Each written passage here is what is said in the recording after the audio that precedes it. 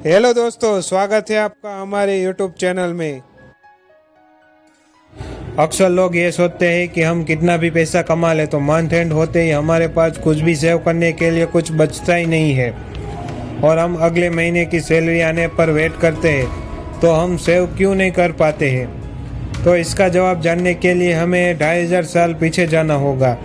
एक शहर था जिसका नाम था बेबीलोन, जिसमें अरकत नाम का एक अमीर इंसान रहता था जिसे रिचेस्ट मैन इन बेबीलोन कहते थे। वो बहुत ज़्यादा खर्चा, आलीशान लाइफ और बहुत दान देने के बाद भी उसकी वेल्थ कभी कम नहीं होती बल्कि और भी ज़्यादा बढ़ती रहती थी। तब उसके दोस्त जो अपनी लाइफ में काफ़ी स्ट्रगल करते थे फाइनेंशियली, वो ये सोचते थे कि हम कितना भी काम करें फिर भी हम इतना ही कमाते हैं जिससे हमारे परिवार अच्छे से खाना खाए और अच्छे कपड़े पहन सके। तब उसमें से एक दोस्त बोला कि क्यों ना हम हरकत से जाके पूछे कि हम इतना काम कर रहे हैं फिर भी अमीर क्यों नहीं बन पाते हैं। तो एक दिन सारे दोस्तों ने हरकत से मिलने उसके घर जाने का डिसीजन किया और हरकत को भी अपने दोस्त से मिलकर काफ़ी अच्छा लगा। हरकत के दोस्तों ने हरकत को पूछा कि तुम इतने अमीर क्यों हो? हम तुम्हें बचपन से जानते थे कि तुम पढ़ाई में इतना अच्छे नहीं थे, खेल में भी तुम हमारे जितना एवरेज ही थे, फिर तुमने ऐसा क्या किया कि तुम आज इतना अमीर हो और हम एवरेज ही रह गए। ये बात सुनकर हरकत बोला कि मैं भी तुम्हारी तरह ही था, लेकिन एक दिन मुझे अल्केमिस्ट मिले। वो एक अमीर थे और मैंने उसके अमीर बनने के राज पूछे तो उसने मुझे 5 गोल्ड रूल बताए जिससे मैं आज अमीर हूँ। तो उसके दोस्तों ने कहा कि क्या तुम हमें ये रूल बता सकते हो? हरकत एक हम्बल इंसान था, इसलिए उसने अपने दोस्तों को ये रूल बताए, जिसमें पहला रूल ये है कि पे योर सेल्फ फर्स्ट। आप कितना भी कमाते हो, चाहे 10,000 हो या 10 लाख हो, उसमें से आपको 10% सेव करना चाहिए अपने फ्यूचर के लिए। तब उसके दोस्त बोले कि हम जो कमाते हैं वो अपने ऊपर ही खर्च करते हैं और मंथ एंड होते ही कुछ बचता ही नहीं है, तो सेव क्या करें?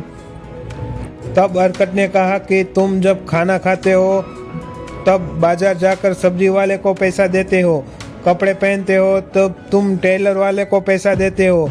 इसमें तुमने अपने आप को क्या पे किया? और दूसरी बात, तुम लोग अलग अलग कमाते हो तो मंथ एंड होते तुम्हारे पास कुछ बचता ही नहीं, ये कैसे संभव हो सकता है? यह सुनकर वो दोस्त सोचने लगे और कहने लगे आखिर ऐसा क्यों होता है।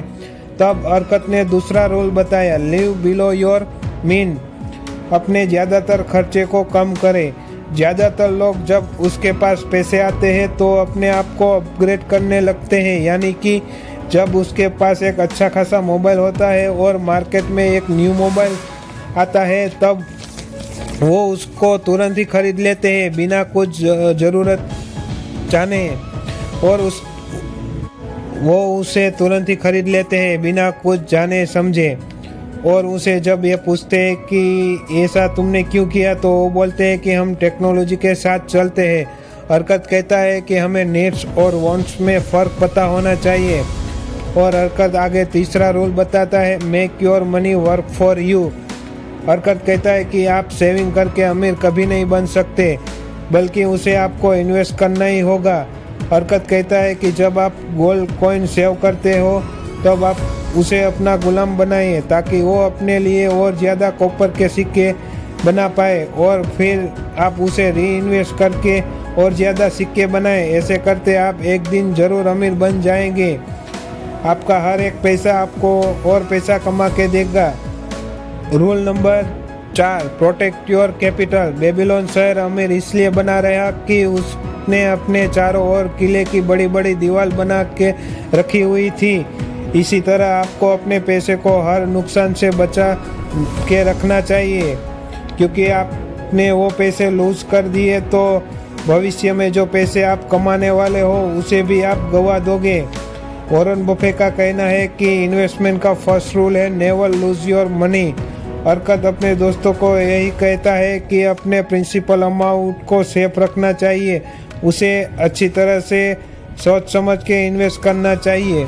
Rule number 5, increase your ability. हरकत कहता है कि हमें कमाने के एबिलिटी को बढ़ाना चाहिए, हमें इंफॉर्मेशन को विजडम में कन्वर्ट करना सीखना होगा। हरकत जब बूढ़ा हो रहा था तब उसके बेटे नोमसिर को बुलाया और उसे कहा कि अगर तुम्हें मेरी पूरी जायदाद चाहिए तो तुम्हें पहले अपनी योग्यता साबित करनी होगी। इसलिए हरकत ने नोमसिर को एक सोने का बैग दिया और एक लेटर दिया जिसमें 5 गोल्ड ऑफ रूल लिखे थे। ये दोनों लेके नोमसिर निनिवा शहर में गया पैसे कमाने के लिए।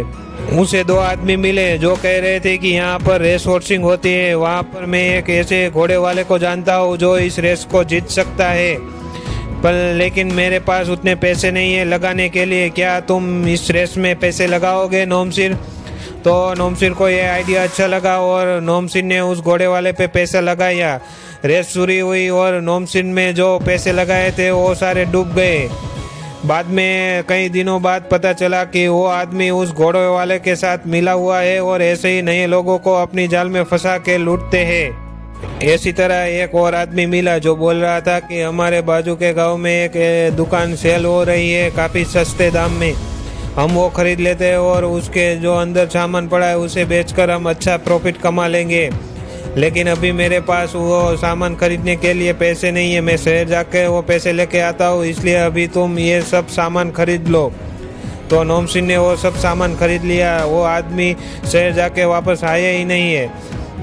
बाद में नोमसिर ने वो दुकान में जो सामान है वो काफ़ी सस्ते दाम में बेच दिया क्योंकि उसको बिजनेस करने का कोई आइडिया नहीं था। इसमें उसको काफ़ी नुकसान हुआ। बस इसी तरह नोमसिर ने कई अलग अलग जगह पे अपना पैसा लूज कर दिया।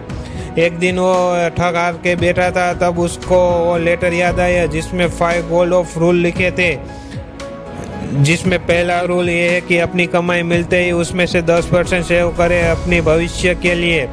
जिसमें दूसरा रूल ये है कि अपने पैसे को बुद्धिमत्ता के साथ इन्वेस्ट करें। जिसमें तीसरा रूल ये है कि केवल एक्सपर्ट और बुद्धिमान व्यक्ति से ही सलाह लें। जिसमें चौथा रूल ये है कि जिस बिजनेस की समझ न हो उस बिजनेस में इन्वेस्ट न करें।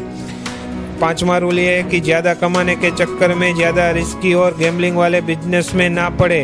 नोमसिर ने ये लेटर पढ़ते ऐसा सोचा कि अगर ये लेटर मैं पहले पढ़ लिया होता तो मैं अपने धन को काफ़ी हद तक बचा सकता था। तो हरकत ने इसी तरह अपने बेटे और अपने दोस्तों को पैसे कमाने के गोल्डन रूल बताए जिससे वो अमीर बन गए। आप भी अपनी लाइफ में अमीर बनना चाहते तो आप भी ये गोल्डन रूल अपनी लाइफ में अप्लाई कर दो कि आप भी भविष्य में अमीर बन सके। धन्यवाद।